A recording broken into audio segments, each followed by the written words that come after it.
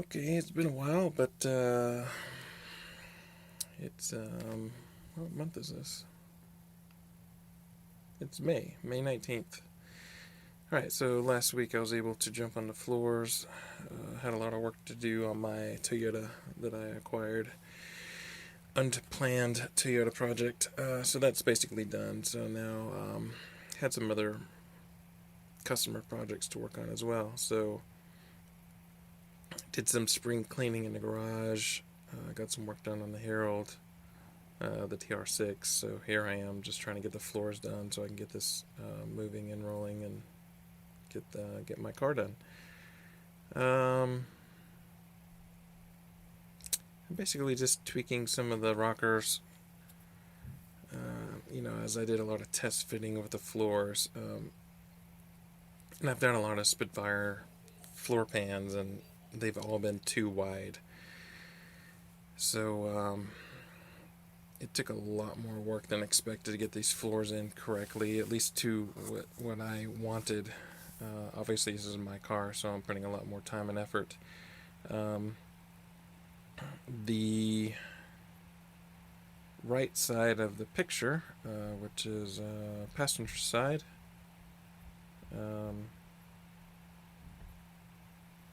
that side was the worst. I had to cut a lot more off of the edge. Obviously, I have the jig set up and the support structure to line up the holes for the radio console.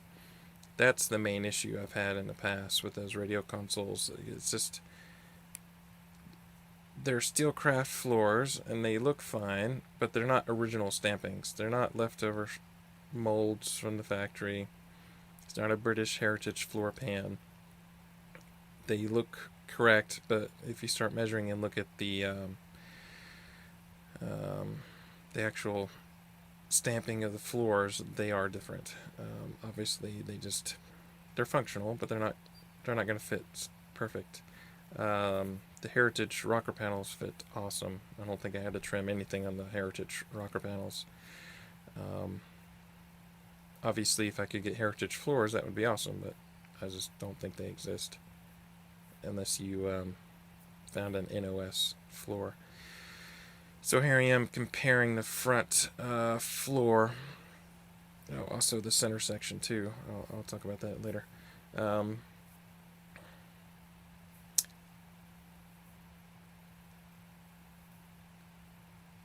I doing? Okay, so the front, I kept the old front section to compare where that body and frame bracket goes in the very front corner to compare. Okay, so here I am. I'm placing studs in the frame in all of the mounting points. And here's my frame, suspended from the ceiling. This worked out really well, actually. So I'm putting all the studs exactly in all the mounting holes, so everything lines up. And that includes the front section with the body frame bracket. The stamping of the floors were too small and too tight for the actual bracket to fit correctly or originally. So I had to trim the rear leading bent edge of that bracket. I should have gotten a close-up, but I didn't, not yet. The floors are welded in now, but I haven't welded that bracket right there. That bracket. I haven't welded that in yet.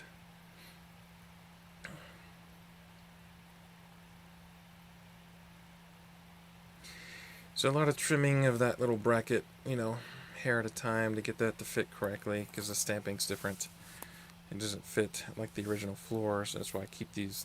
This is why I always keep the original sheet metal even after I cut it out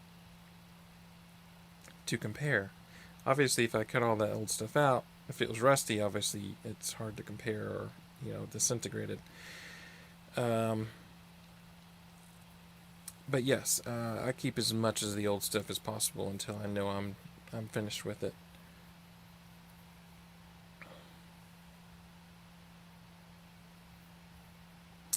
Alright, to the center section. So this is an earlier body after my car was wrecked. And someone had cut a large chunk of that center section right in front of the handbrake originally. I honestly don't know why. Maybe someone had an overdrive eventually, but it was a very large section, and I had patched it before, but it wasn't that great, and I had to trim it back when I put the overdrive in. So here I'm just prepping the floor. Also, the floor pans are for all the models, all the years. Obviously, the seat mounting nuts are for the later one, so I have to go back in and put the more narrow nuts mounting points for the smaller earlier seats. Also, the rear of the floor pan has both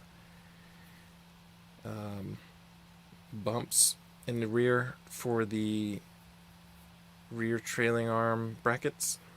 The GT6 Pluses and the Rotoflex have it more inboard. So obviously there's a little clearance issue, so there's a bump for the radius arm brackets. And the floors come with a bump on both. I believe later on the floors do have both, but obviously they didn't exist on an early car, so my car didn't have that. So that lower lip on the rear deck behind the seat, it only has one little raised area for the radius arm, not two, as the later cars would have. So I just cut and hammered that. Here, that rear lower corner piece just doesn't fit. I'm trying to make it fit, shrinking and stretching, and ended up just giving up on that, and just I'm going to cut that whole section out and redo it just by hand. It's only about 10 inches, so just blending in the center of the floors and the overdrive, drive shaft tunnel. Obviously that has no critical issue of fitment of the doors of the rockers, so that's why I always do that last. It's just structural, it's not visual. Yeah, and I struggled with that for a while. I try to get it to fit, but ended up just moving on and dealing with it later. And I do have other parts cars. I can cut that section out, but I think I'll actually just hand make that piece and blend it in.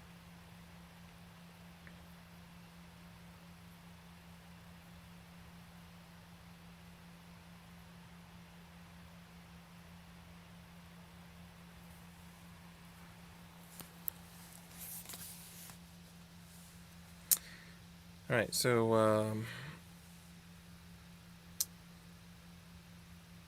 I'm going to cut a new lip for the outside floor.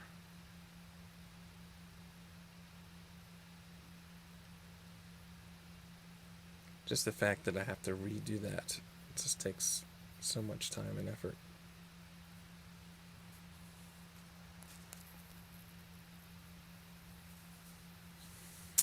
Oh, here's my shears. These are my pneumatic shears. Yeah, so these shears just, yeah, they were done. They were done for. I had bought new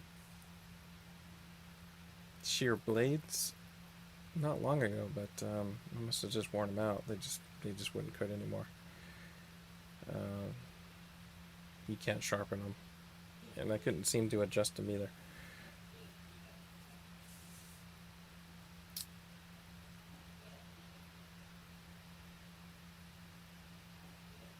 Alright, so I got the lip tacked in place on the car. And then I slowly just weld. That was 4 feet of... That's 4 feet of welding to do.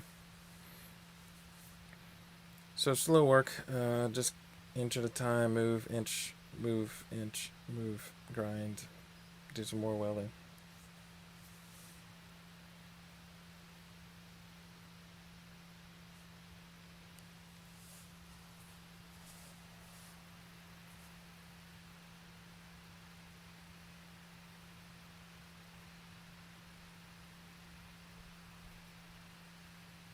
Obviously, I made that lip a lot taller, just so it gives me more material to work with.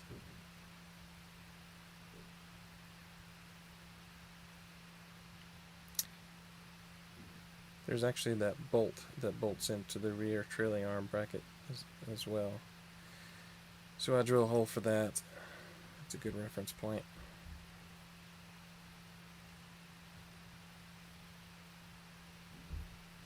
So of course the hard part is welding and grinding without it going through the corner. You still have to have enough material to be structural.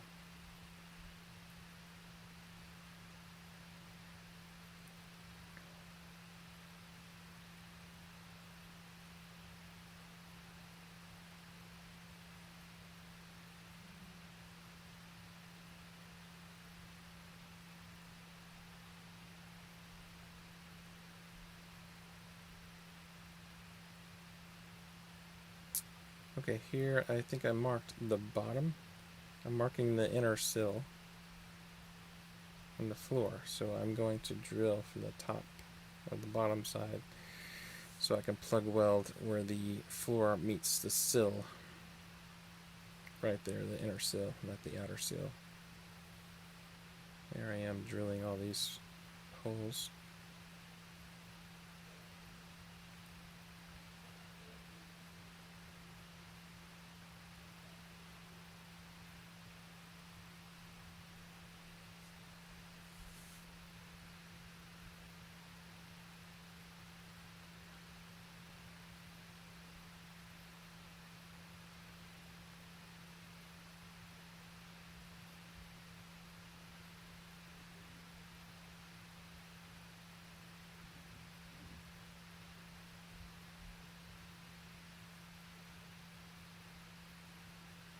Here's that bracket again.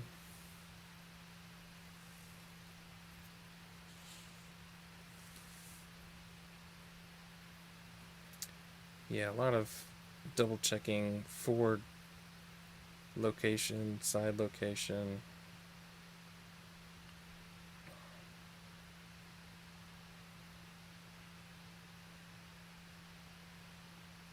Not a little tweaking to get that bracket in place. And of course, once we're in place, then I got to drill a hole through the floor as well. Of course, I'm comparing both sides too.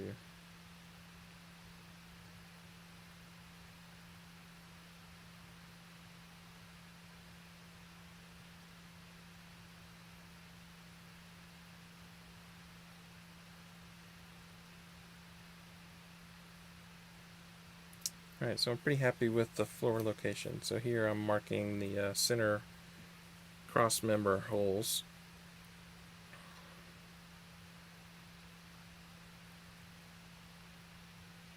Clamping that, marked it, drill it.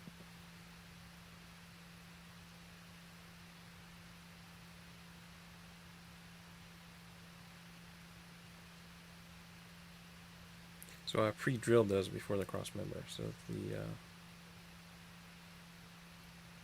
here I forgot to do the front bracket. So I drill through that.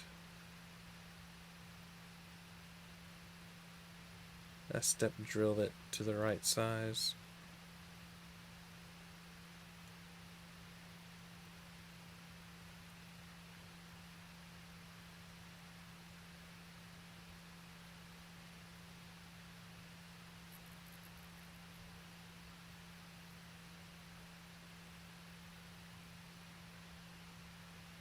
Here I am just trying to figure out exactly how I get the welding.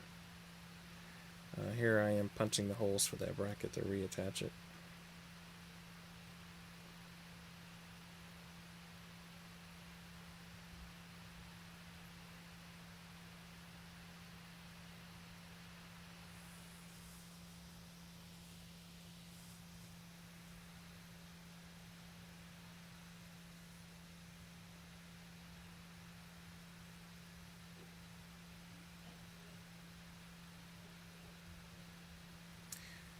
again, obviously I've got the old floor, so I'm comparing all of the little pieces and parts, and they're just slightly different. You can't go off those original. You can't go off the new floors stamping or marks because it's visually the same, structurally the same, but it's not the same. So you can't just see a stamping for this particular item to fit or to clear and use as a reference. You've got to use everything. So here's my metal transmission cover. Mocking it up with the floors.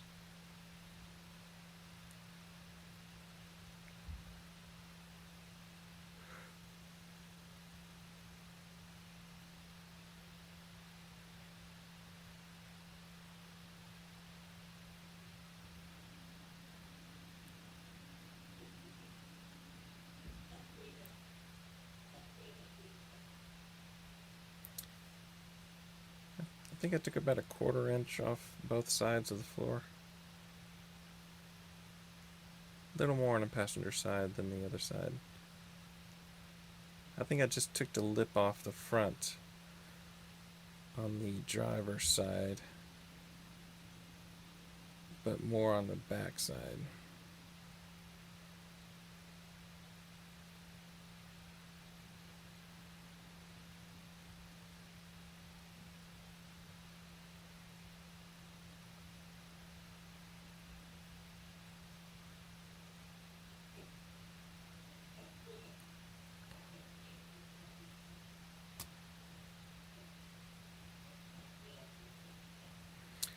So with the front body mounts to the frame, the little ones that don't go through the bracket, there's the ones in the very front on the firewall. They have that lip that's bent up for me to remove the old floor pans and to put the new ones underneath. That kind of gets in the way when I lower the frame down, so I have to kind of bend them back down and then slip the floor pans in and then slide them forward. And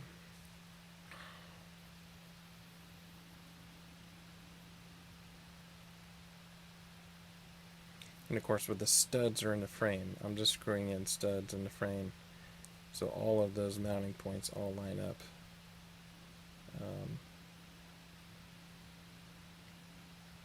Occasionally it gives me a little hassle.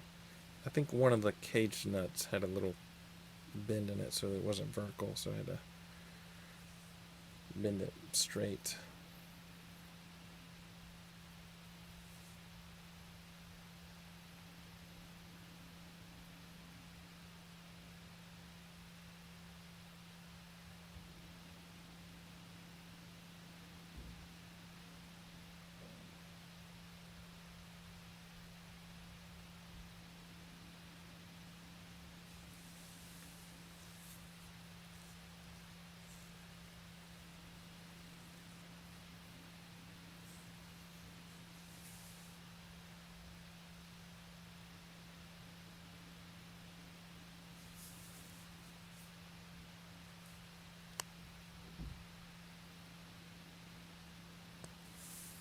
Alright, so this is pretty much, I'm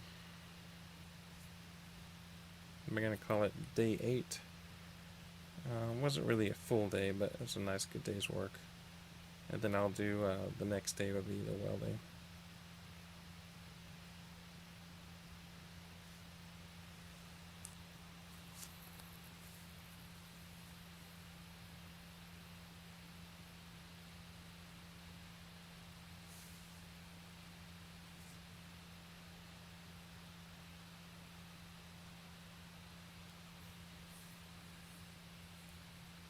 Here I am tweaking the front bracket on the driver's side.